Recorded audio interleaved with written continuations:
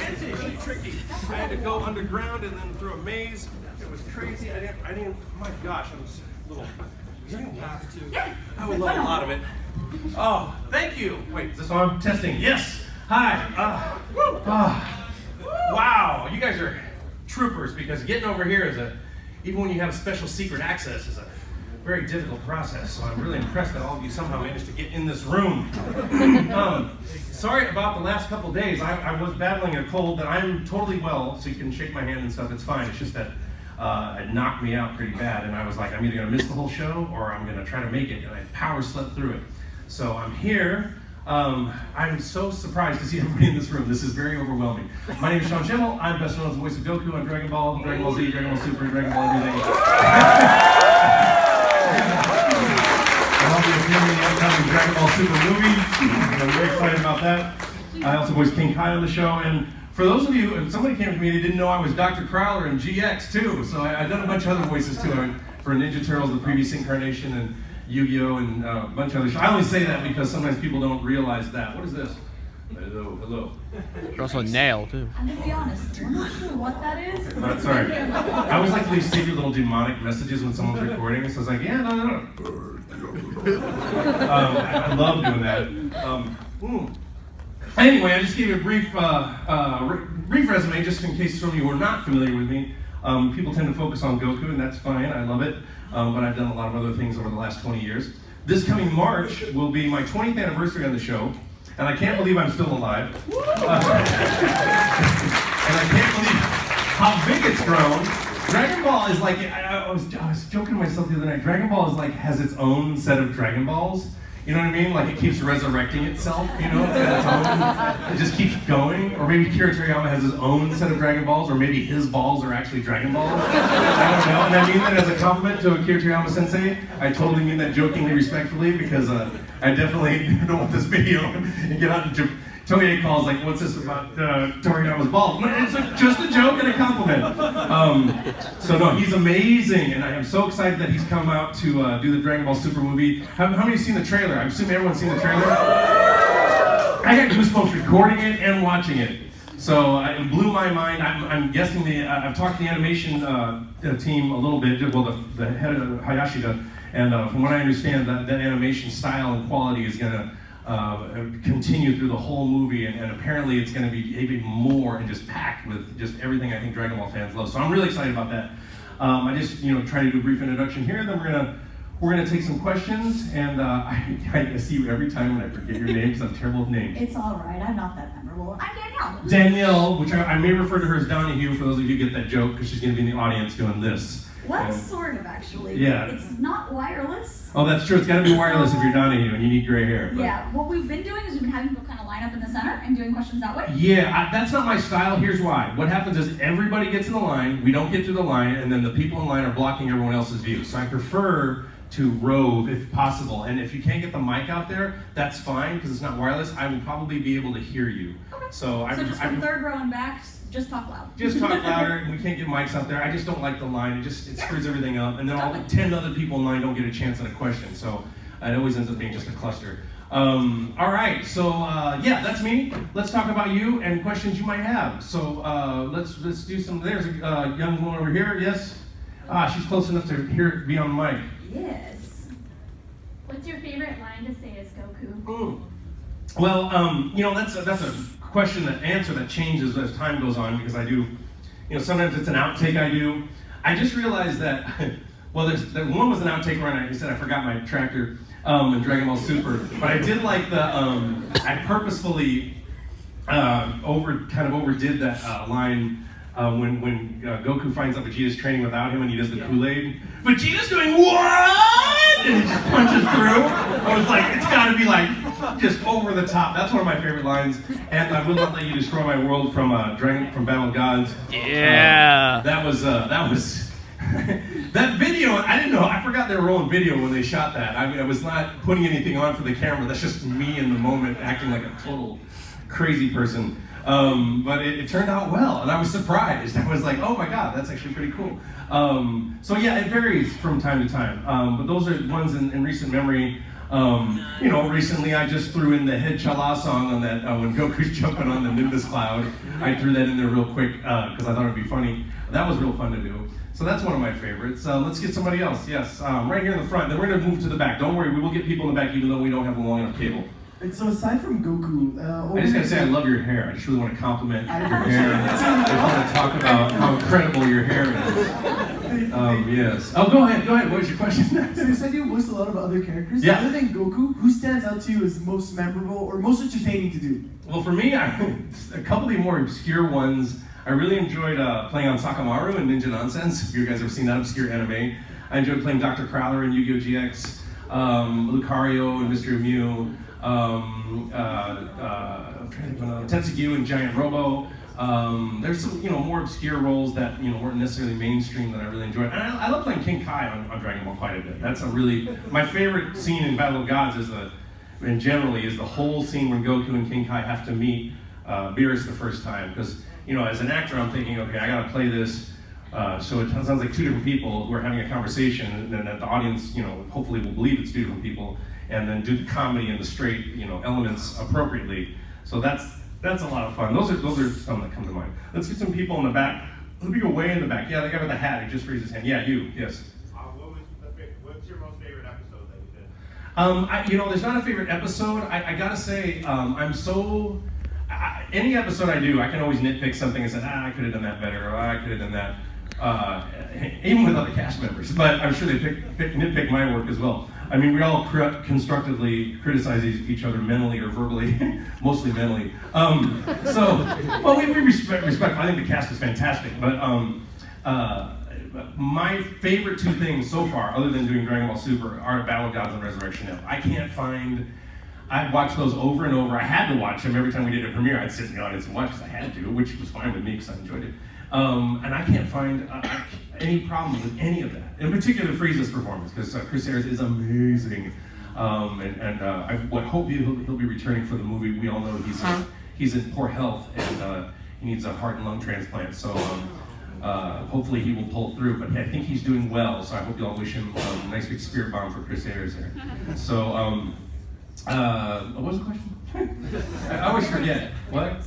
Oh, episode. Yeah, Battle of Gods Resurrection F. Episodes, probably the Majin Vegeta, with that whole Goku Vegeta, conflict has been, in recent years, the thing that my mind has attached itself to. It's its own story arc, in my opinion. I don't think Dragon Ball would be Dragon Ball without the Goku. If one of those two dies, permanently, and is not on the show in spirit or otherwise, Dragon Ball would be over, I think, because that Goku-Vegeta relationship is such an integral part of the whole storyline. At least that's how I interpret it. Remember, I think people, I want to reinforce, because people don't realize this sometimes, I'm just the actor. So my opinions on story and Kira Toriyama's, he's the guy. So he's the guy writing it. I think sometimes people take my opinions on stories like if it's kind of a sanctimonious act or something, or if that's the right word, and I'm like, it's just my opinion.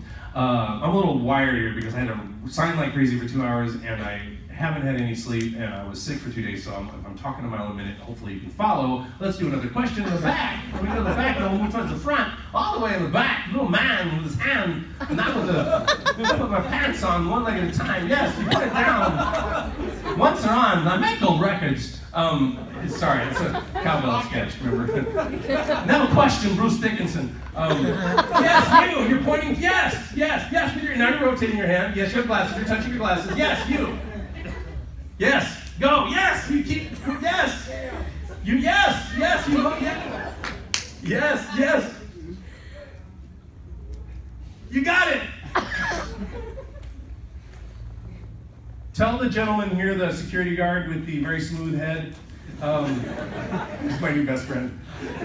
And I thought he was gonna pull out a silencer gun on the way down. He was like such a badass. We were walking on the ramp, that he's gonna go. Like, I even made that joke and he didn't really say anything.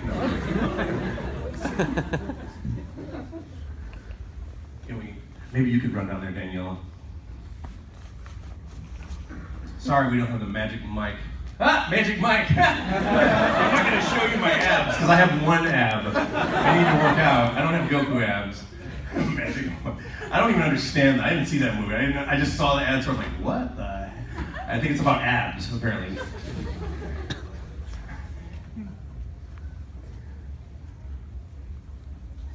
We got it? How about we'll come back. Okay, we'll come back. All right. Sorry, I didn't mean to single you out like that, but you had your hand up, and I thought you really wanted to ask a question. The guy with the hand cast thing, yes. I've been watching since Dragon Ball, and I've noticed a slight decline in maybe the way Goku has carried himself intelligently wise.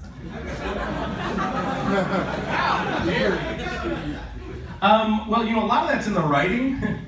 And remember, this was a Saiyan who got hit on the head by a rock when he was a kid. He has a head injury. I too had a serious head injury as a child. There's a funny story about that. But that probably explains my odd behavior. But Goku is, okay, it's really weird because I think about Goku a lot. Like a lot. And whether I like it or not. And I have this weird theory that on the one hand, Goku is so enlightened and transcendent that he kind of just knows it. When he says, it'll be fine, either he's hardcore gambling or somehow he just intuitively knows it'll be fine, or he's an idiot.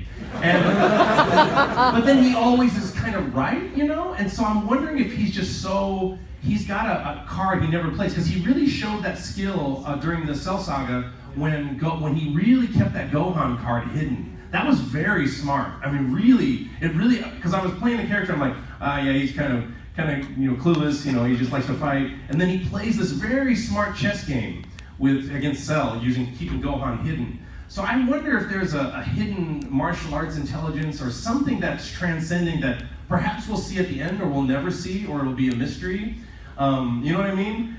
The way they've written him in Super, I keep Japanese scripts in the booth with me when I'm recording, so I try to keep, in case the writers stray from it. The writers of Funimation are very good, but every once in a while it'll be straying from what I call the canon of the character. It's really weird. I've played the character so long, I discovered that I have a certain set of rules I used to play Goku. When I was on the IGN interview, they asked me to read mean Yelp reviews, and it was so out of character for me.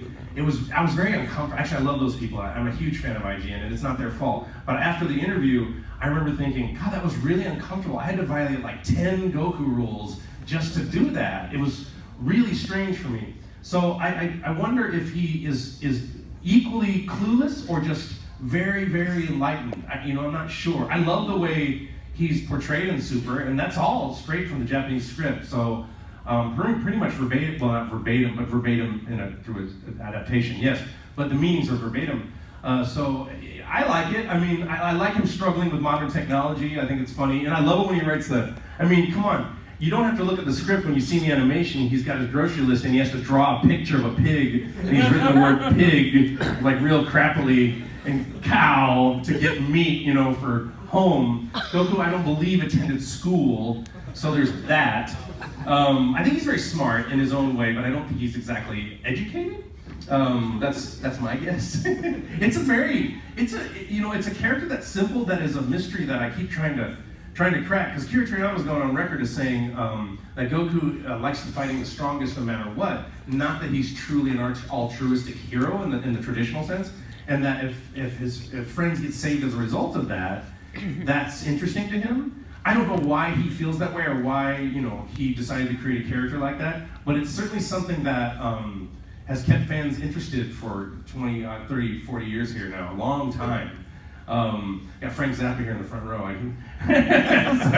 Or the Jethro Tull guy. I'm sorry, just the hair. I'm sorry. I get distracted. Yes, are you ready for that question?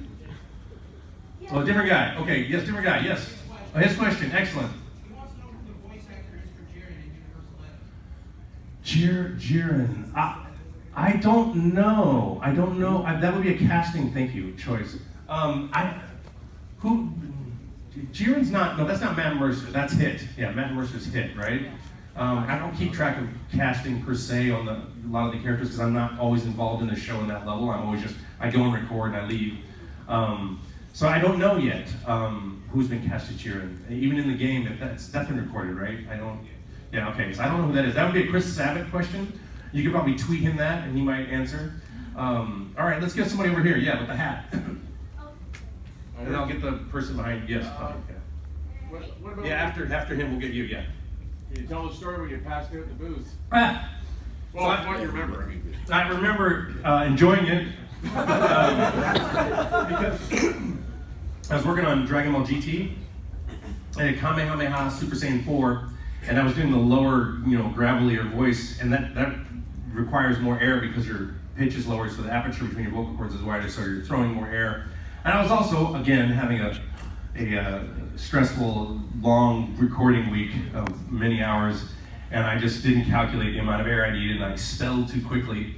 And then I remember hitting the floor, and I remember thinking as I was falling down in the padded booth, this is fun. It was almost like going to the doctor and getting knocked out with propofol, which has happened to me before, which is pretty awesome. I recommend it, but not too much, because you can die. Anyway, but yeah, that's worth the doctor visit alone, because you're just talking to the anesthesiologist, and they're like, so tell me about your life. Well, and you're just gone. Then you wake up, and you're like, was I out? It was amazing.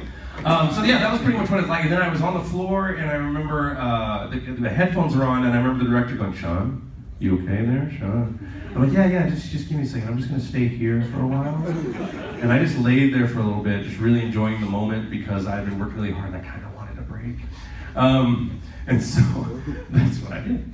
Yeah, good question. I mean, yeah. Yes, you. Yes. Before I like everyone displays, I like very your work. And my question is, do you know the script of the movie Dragon Ball Super? I don't know that I have not seen the script. I have been given kind of a breakdown very briefly, and I can't reveal any of those story elements. I would be in big trouble if I did that, and I actually don't really remember any of them. It was a brief conversation I had with Funimation, and they were just giving me kind of a general idea of what my part would comprise of. I can say, which I think is publicly known, there is going to be involved some history of the Saiyans.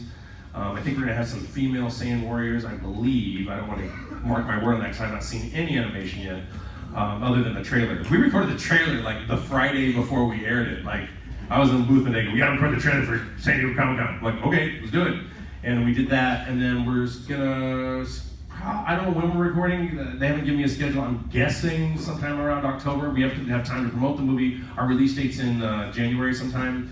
We want to do it right after Japan does. We might do a premiere, I think, in LA. I don't know what's going on with that yet.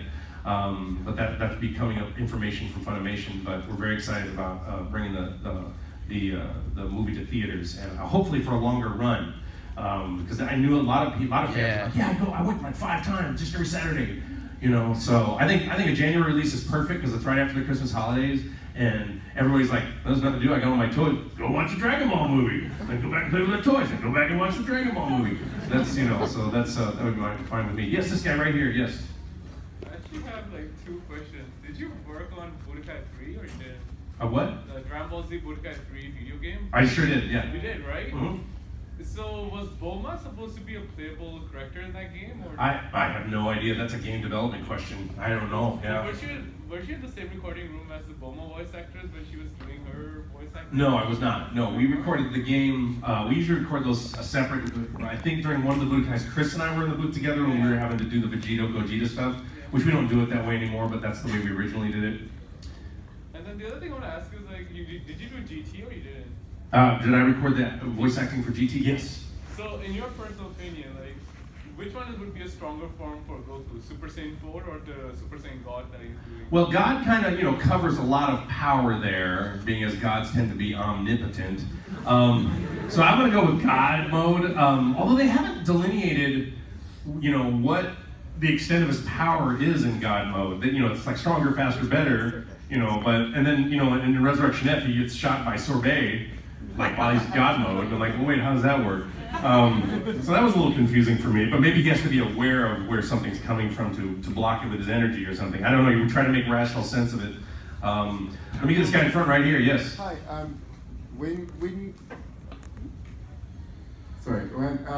so when you have to record 2 characters having a conversation like Goku and King Kai, how do you record that? Do you do one side of the conversation completion and then do the other side, or how does that work? Yes. No. Usually I record King Kai last because no matter how damaged my voice is, I can almost always record King Kai. You're talking like this, you're messing up your voice, so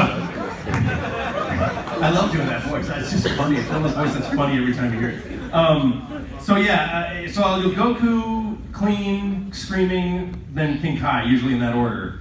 If I have to do King Kai in a session, King Kai's always last because it doesn't sound bad no matter how bad my voice sounds. There's every once in a while. There's been like one time I think I was doing too much King Kai. I'm like, okay, I'm done. I can't do anymore. Your voice does give out after a while.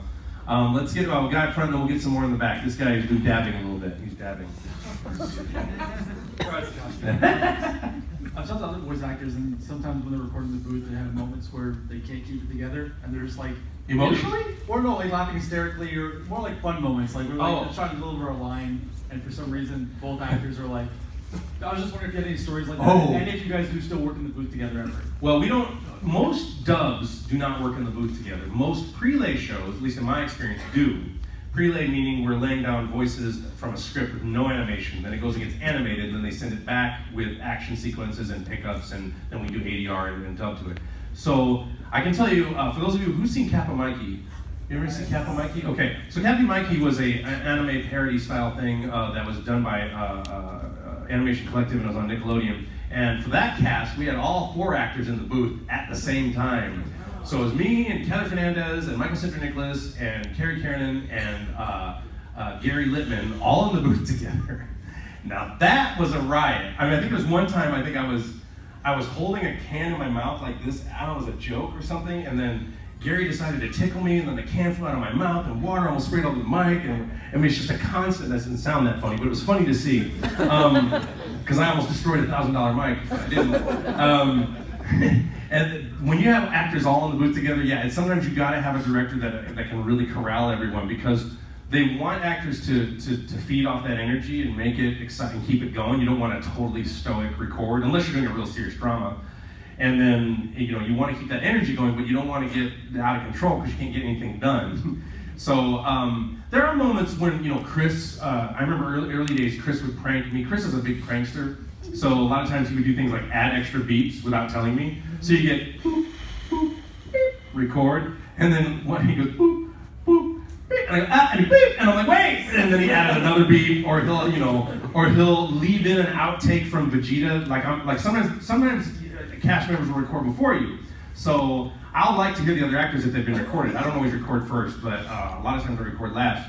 And so they'll play, I said, play me in. So Vegeta will have a line, I'll say, play me in. And then they'll play Vegeta in, and I'll respond to it with beats usually. And so I can match up where I gotta place the mouth flaps. And sometimes Chris will leave an outtake for me. I can't think of a really good one right now, but designed to crack me up. So they won't, when we preview it, the director, the engineer will know to not let me know. And so yeah, there's definitely some goofing around for sure. I mean, that's how we come up with, some of our outtakes, et cetera, et cetera. Let's get some people in the back. Let's, Danielle, can we get, way over here, this guy in the glasses or whatever. And did you ever hand up, sir? Too? Oh, let me get this guy here in the wheelchair here. Yes, sir. Yes, you. I just want to know, you said earlier that you have some rules for Goku that don't break. What are some of those? Goku's pure heart. Goku's not egoic. Okay. A lot of times they'll lean towards writing. Goku's not. He's not a Saiyan Pride warrior. A lot of times I think that people want him to be that way. Vegeta's the Saiyan Pride warrior. Goku, to me, loosely, it's been interpreted to me. At least the way I interpret the character is he's always in the beginner's mind. He's always pure. He's always, he's not going to be number one to go show somebody I'm number one. Because you ever notice when he beats somebody, he's like, that was great, we can do that again sometime. Like he's not in your face. He's not like that guy. He's a good guy. He wants to win. He loves to be challenged. He's appreciative of other people who are strong fighters. And a lot of times, even if they're evil, but he will defend his family. So he always stays in this pure state, and he's not a narcissist, he's not egoic, he cares about fighting no matter what. That's comes straight from Akira Toriyama. There's a lot of children here, so I'm not going to make any of those jokes, but there's a lot of jokes we make about Goku really liking fighting more than anything. That he has a you-know-what for fighting. That's all he cares about. That's a joke we make in the booth. But yeah, I'm trying to remember. I actually wrote them down one day because someone asked me, my producer's like, why don't you write them down so we understand when we're adapting these scripts what you're going for. And sometimes I'll see, well, they'll try to write him more like the proud Saiyan warrior, and he's not. You know, he's got this really unique specialness, because that's Vegeta's role. And when he's doing that, when Goku shows up, then you have that contrast. If Goku starts being like Vegeta in that way, we start losing the clarity of the character. And I think Goku stays in this kind of pure state. I mean, he's competitive. He gets jealous when Vegeta is training without him, because he wants to be the best, but not, I don't believe, for egoic reasons. I think if he ended up being the best and there was no one to beat, he'd be bummed out. You know, he'd be like, well, there's nothing to do. You know, I don't even know if he'd be happy training other people. You know, I mean, trained Oob, but I don't know if that would really make him happy, you know, from what I've gleaned from playing the character this long. So I try to keep him in that state of pure enlightenment, to where he's always in that beginner's mind, which I think that's what it means. I don't know. I would love to have talked to Akira Toriyama before I got the part, you know, which usually you get to do, but it's a dub, and so we don't have that luxury. So those are some of the basic rules I have for Goku. That anytime it looks egoic or narcissistic or, you know, all about Goku. I usually check in the Japanese, and the Japanese is usually different than what's in the English, and I'll usually rewrite to what matches the meaning of the Japanese. In fact, I always will. So that's a good question. Yeah, let's get somebody else. While Danielle's over, then we'll come back to the front. I'm trying to mix it up. And I might have to end this panel in about 12 minutes, only because it took a little longer to get over here, and I still have to go back to the green room, take a small break, and then I'll be signing from 5 to 7. This guy right to your left, Daniela. Yeah, right there. Hi, so you're also the voice of Black Doom. That's true. Would you say, I won't let you destroy my world as Black Doom? I will not let you destroy my world. That hurts. I lost my voice for several days doing Black Doom. You're welcome. More water, yes, thank you. This guy right here, yes, because you caught my eye, and I like the flannel. Thank you. It's very Canadian. It is. By the way, for the record, before we say, I'm a huge Letterkenny fan. Do you guys watch Letterkenny? That show is amazing. My girlfriend turned me on to it. She's like, you gotta watch the show. But it's so colloquial and so Canadian, I have to watch it with subtitles. I can't understand it. I literally cannot understand it. I go, what did he say? Ferdy, that's a hard no. They were talking about this the other day. And he starts it up, the guy, and he's like that main character, like, he's a lot like Goku. He wants to be the best. He wants to fight the strongest. Every time I watch Letterkenny, I'm like, that guy's a little like Goku, you know? I forgot his name. Who's the main character in Letterkenny? I forgot his name. Mitch, you know? I forgot his name. Wade? Wayne, yes, Wayne. He is hilarious. Anyway, let me ask you a question. You just the flannel reminded me of Letterkenny. Sorry. So I always wanted to ask, in terms of Dragon Ball Z and maybe a future series, have you ever thought about, you know, is there a different character that you would like to see focused on for a new series or a movie, instead of always focusing on Goku, Vegeta, and, you know, the couple characters? They can focus on other characters as long as I have a lot of lines. No, you know, I think the Bubbles story would be fascinating. No, I'm kidding. Although I do like Bubbles a lot. I like the smaller characters a lot, because to me that's the limit of your suspension of disbelief. So I really like, every time I have a scene with Bubbles, it really, that's why I've said this on panels before, anytime you see Goku come back and he greets Bubbles and Gregory, I always try to imply in the subtext that they did some naughty things last time they were there. So you see, Bubbles, Gregory, like, remember that party we had? We think I wasn't looking? I always try to imply that they had some fun that they should not have been having, because I like to imagine that they have their own sub-story going on. I'm trying to think of other characters that really, you know, I've come to really enjoy, and they have focused on him a little bit, a decent amount actually. I've come to enjoy how Krillin's story has developed over the years, with him being married with a kid and him being a cop, which I think is awesome.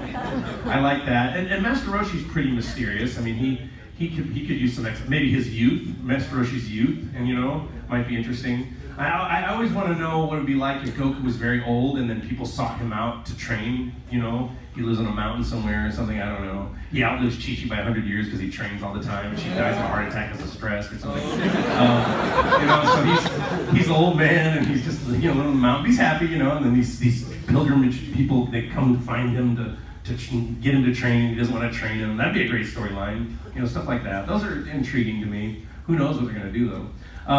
Let's get somebody way in the back, and then we get a few more minutes. Thanks for running around. I appreciate it. Right there to your right. Yes, this gentleman. Yeah. Hey. So, doing all of the powering up and all that takes a ton out of you.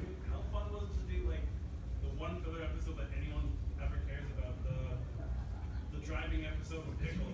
Oh, that's one of my favorite episodes, actually. I love that one and the baseball episode. Oh, super. I just signed a bunch of baseballs, by the way, at this last convention. I don't know if you've seen them online. But the guy says, you want to sign some baseballs? And I go, why do you want me to sign baseballs? Then I went, because I thought it was kind of a dumb idea. At first I went, actually, there's a baseball episode. So I signed 2 sets of 7 balls, and I drew the stars on each one. So if you get them, you'll get 7 dragon baseballs. But yeah, I love the driving episode, and I love the baseball episode. There was another filler episode that I really, really loved. I can't remember. But yes, was that the question? Did I like it? Yes, I loved it. It was one of my favorites, actually. I'm glad you reminded me of that. I've been doing this 20 years, so I think I recorded the driving episode in early 2003 or 4. I don't know. It was a long time ago. Let's get this guy right up here who's filming me. Yes. Hi. First, thank you. I've been a fan of Dragon Ball Z and Goku in particular since 1999.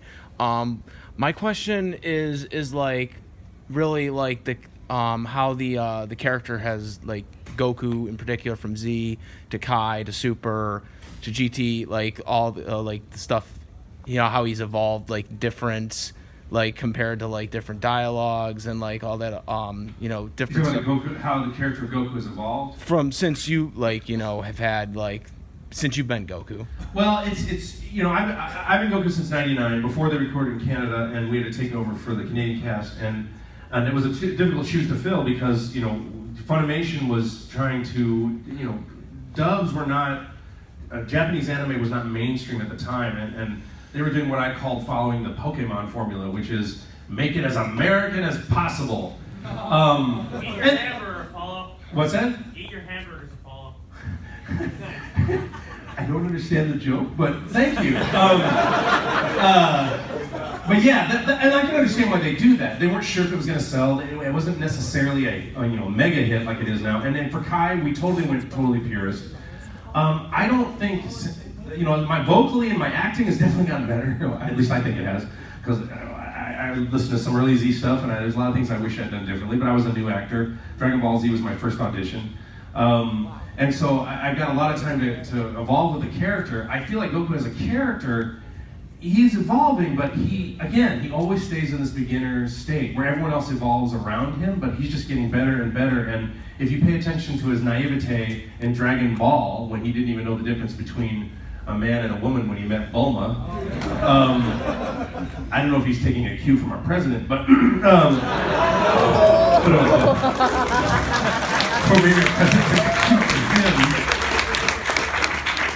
And by the way, as an American, I'm a pretty liberal guy and a Democrat, but I am deeply saddened by the loss of our Senator John McCain, because whether or not I agree with his policies, he was really, for me as an American, a really true American statesman and hero and one of the last greats. So I was pretty saddened by that. Just wanted to say that, and I want to apologize on behalf of any bullshit our president has thrown Canada, because we love Canada. Most of America loves Canada. I love your prime minister. Damn, he's good looking and nice too. And sweet, and I love all his policies, and so I hope to God we don't screw up the relationship with Canada, because I love you guys and I love coming here. Anyway, that's my political rant that I'm trying to avoid, but it's really hard living in America right now. Anyway, you're welcome here anytime. Yeah, I felt sorry for you on the Rob Ford thing, but then we got Trump. So, and I don't make no bones about it, because it's, you know, a narcissist is a narcissist, and a douche is a douche. So, and it's just obvious. Anyway, I digress. I have to take a stand at some point. Let's do one or two more questions. Yeah, this guy's been raising his hand forever and his arm's got to be tired. Yes, you. Yes, you got the Lacoste on. Yes.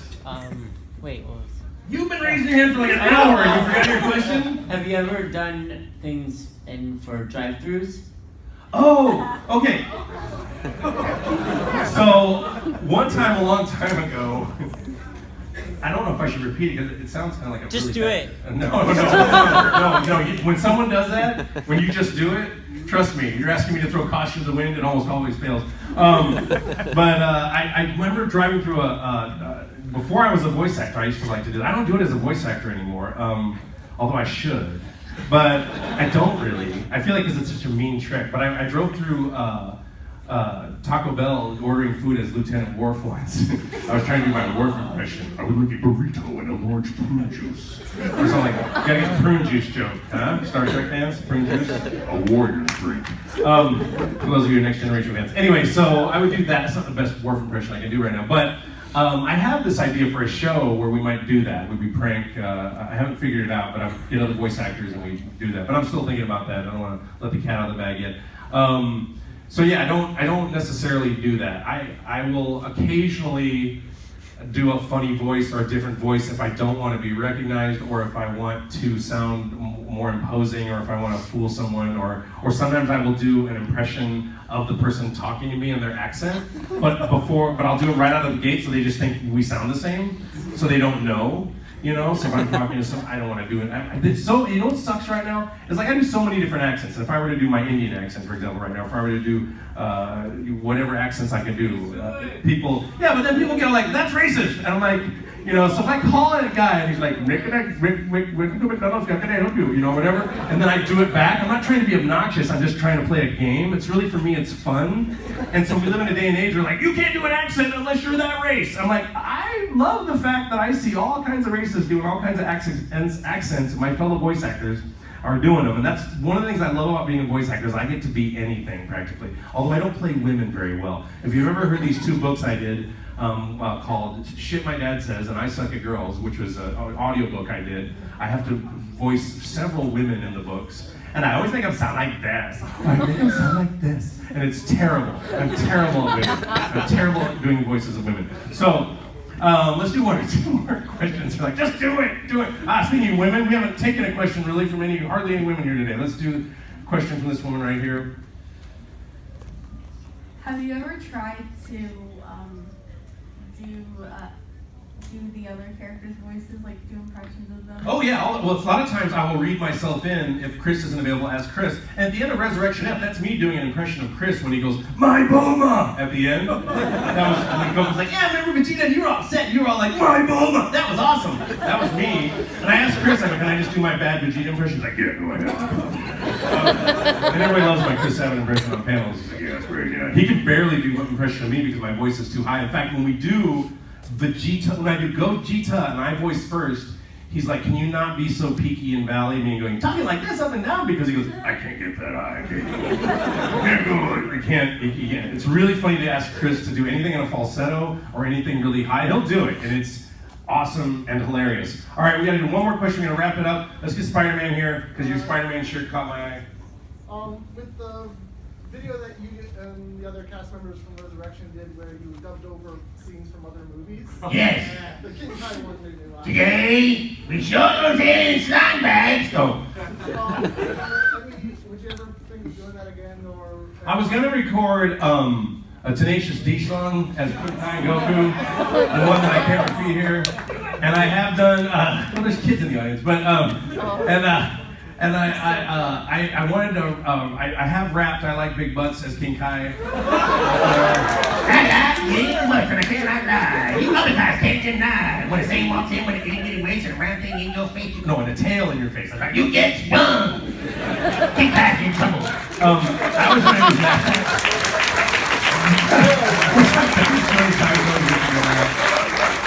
You guys are amazing. I gotta wrap this up. I'm gonna be at my table 5 to 7, and I'll be here tomorrow. I'm sorry I wasn't here the last 2 days. I was under the weather, but I'm good now. And thank you for making the trek over here. It's so difficult to get over here. I'm so impressed you all made it. And it's always great to meet everybody here in Toronto. I love coming here. Thank you so much. Take care. See you later. Woo!